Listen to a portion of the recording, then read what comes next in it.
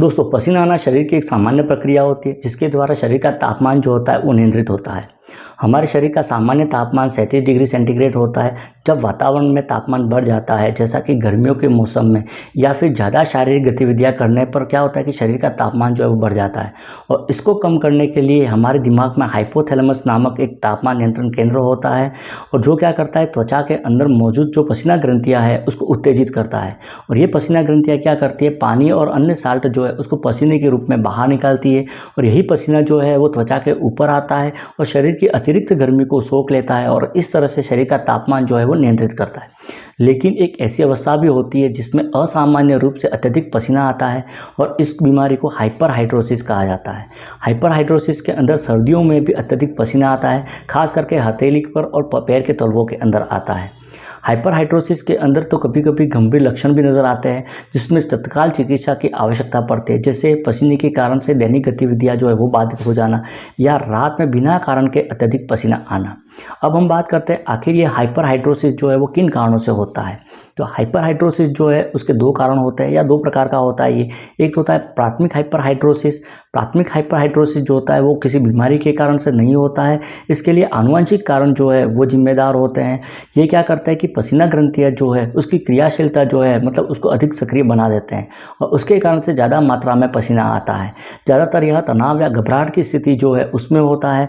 इसमें ज़्यादातर हथेली, तलवों और चेहरे पर पसीना ज़्यादा आता है। दूसरा जो होता है वो होता है सेकेंडरी हाइपरहाइड्रोसिस।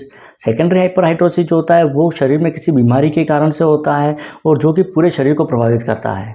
यह शरीर में कोई बीमारी की, जैसे डायबिटीज़ या मधुमेह हो, या शरीर में ग्लूकोज जो है उसकी कमी हो जाने पर, या महिलाओं के अंदर मेनोपॉज के समय जो हॉट फ्लैशेस जो आते हैं उसके कारण से, या शरीर में कुछ कैंसर जो है उसकी उपस्थिति में, जैसे एड्रिनल ग्लैंड जो है उसके अंदर ट्यूमर जो है या कैंसर है उसके कारण से, या थायराइड संबंधी कोई समस्या होने पर, या दिल का दौरा पड़ने पर, या तंत्रिका संबंधी कोई समस्या है, या नर्वस सिस्टम में कोई समस्या है उसके कारण से, कुछ दवाइयाँ होती है उसके इस्तेमाल के कारण से भी हाइपरहाइड्रोसिस हो सकता है, या फिर ट्यूबरक्लोसिस या लंग्स से संबंधित कोई बीमारी है तो उस कंडीशन में भी ज़्यादा मात्रा में पसीना जो है वो आ सकता है।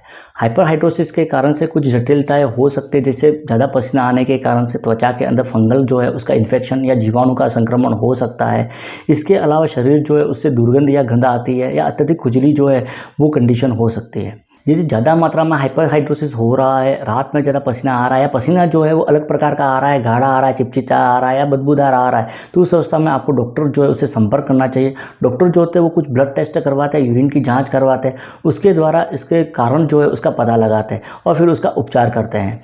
यदि ज़्यादा गंभीर स्थिति है तो उसमें सर्जिकल प्रक्रियाएँ जो है उसका भी काम में ली जाती है। सर्जिकल प्रक्रियाओं में क्या करते हैं कि माइक्रोवेव थेरेपी होती है, उसके द्वारा पसीने की जो ग्रंथियाँ होती है उसको नष्ट कर दिया जाता है। अब हम बात करेंगे हाइपरहाइड्रोसिस जो है उसका बचाव कैसे करें या इसका घरेलू इलाज क्या रहेगा। तो हाथों में ज़्यादा मात्रा में पसीना आ रहा है तो 2 से 3 चम्मच बेकिंग सोडा जो है उसको पानी मिलाकर पेस्ट बनाना है, और इस पेस्ट को हाथों पर लगाकर 5 मिनट तक छोड़ देना है। उसके बाद हाथों को अच्छे से वॉश कर लेना है। यदि पैर के तलवों में ज़्यादा पसीना आ रहा है तो गर्म पानी के अंदर ब्लैक टी जो है वो डाल देनी है। वो डालने के बाद पैरों को 20 मिनट तक उसको डुबो के रखना है। इसमें क्या होता है कि चाय के अंदर मौजूद टैनिन जो होता है वो क्या करता है कि रोम छिद्र जो होते हैं, पसीना के जो छेद होते हैं उसको बंद कर देता है, और उसके कारण से भी पसीना जो है वो कम आ सकता है। चेहरे पर यदि ज़्यादा पसीना आता है तो आपको आलू जो होते हैं उसको काट लेना है, और आलू को काट कर चेहरे के ऊपर मसलना है। इससे भी आपको पसीना जो है वो कम आ सकता है। इसके अलावा एक टमाटर का जूस जो है वो इसमें फ़ायदा दिला सकता है। रोज़ाना दिन में 1 बार टमाटर का जूस पीना है, इससे भी आपको राहत मिल सकती है। एक सोने से पहले एंटीपर्स्पिरेंट जो भी है, जिसमें एल्यूमिनियम क्लोराइड जो है वो मिला हुआ हो, उस एंटीपर्स्पिरेंट जो है उसका इस्तेमाल करना है। ये एंटीपर्स्पिरेंट क्या करता है कि पसीना की जो नलियाँ जो होती है उसको ब्लॉक कर देता है, और उसके कारण से पसीना जो है वो स्किन की सतह पर नहीं पहुंच पाता। एक आपको हमेशा हल्के रंग के ढीले सूती कपड़े पहनने हैं। तंग कपड़े या मोटे कपड़े जो है उस पहनने से बचना है। ज़्यादा मसालेदार या तीखा खाना जो है वो खाने से बचना है, क्योंकि ज़्यादा मसालेदार और तीखा खाना जो है वो पसीना ग्रंथियाँ को स्टिमुलेट करता है, और उसके कारण से ज़्यादा पसीना जो है वो आता है।